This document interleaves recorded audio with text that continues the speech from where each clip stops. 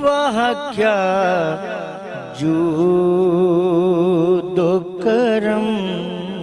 محبوب پاک صلی اللہ تعالیٰ علیہ وسلم کی امت کے ساتھ اتنا پیار ہے، جتنی شفقت اللہ تعالیٰ نے اپنے محبوب صلی اللہ علیہ وسلم کی امت کے ساتھ کی ہے، کسی کے ساتھ بھی نہیں کی۔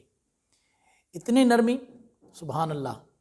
نبی پاک صلی اللہ علیہ وسلم نے ارشاد فرمایا ہے کہ جب کوئی بندہ نیکی کا ارادہ کر لے کہ میں یہ فلاں کام کروں گا، بس ادھر یہ ارادہ کرتا ہے، فرشتہ اس کے نامہ اعمال میں پوری نیکی کا ثواب لکھ دیتا ہے۔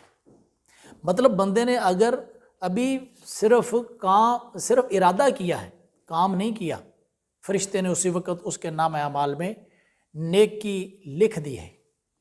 اور اگر بندہ اس ارادے کے مطابق نیک عمل بھی کر لے، جو ارادہ کیا تھا عملی جامہ پہنا لے اور کام نیک کر لے، تو فرشتہ اس کے نامہ اعمال میں ایک نیک کام کا ثواب نہیں لکھتا، ایک کی بجائے 7 لکھتا ہے، بلکہ 7 کی بجائے 700 گنا لکھتا ہے، بلکہ 700 گنا سے بھی کئی گنا زیادہ کہ جتنا اللہ تعالیٰ چاہے ایک نیک عمل کرنے کا۔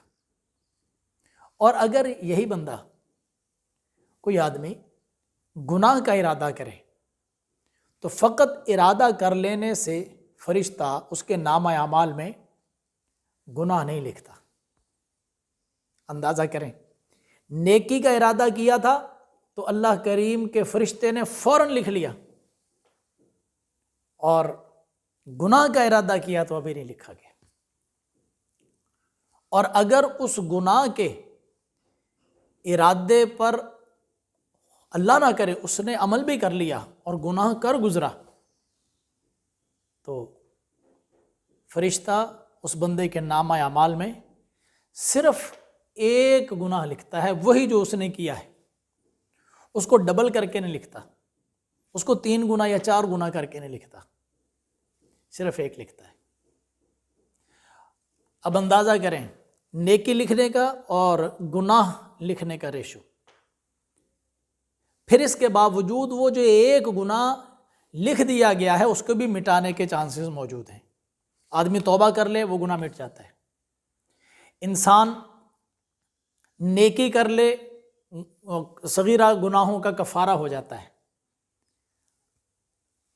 نیکیاں ارادہ کرنے پر بھی لکھی جائیں، نیکی کے کام کا عمل کر لینے سے کئی گنا زیادہ لکھا جائے، گناہ کا ارادہ نہ لکھا جائے، گناہ کر لینے پر صرف ایک لکھا جائے اور وہ بھی مٹائے جانے کے چانسز موجود ہوں، اور پھر بھی میدان محشر میں ہماری نیکیاں کم پڑ جائیں اور گناہ زیادہ ہو جائیں تو کتنی بدبختی کی بات ہے۔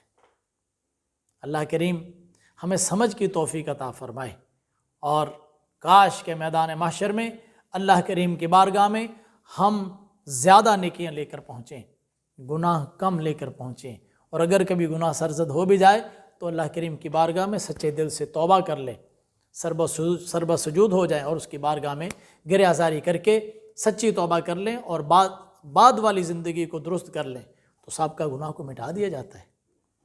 اللہ تعالیٰ ہمیں اعمال صالحہ کی توفیق عطا فرمائے اور گناہوں سے توبہ کرنے کی توفیق مرحمت فرمائے۔ وآخر دعوانا ان الحمد للہ رب العالمین۔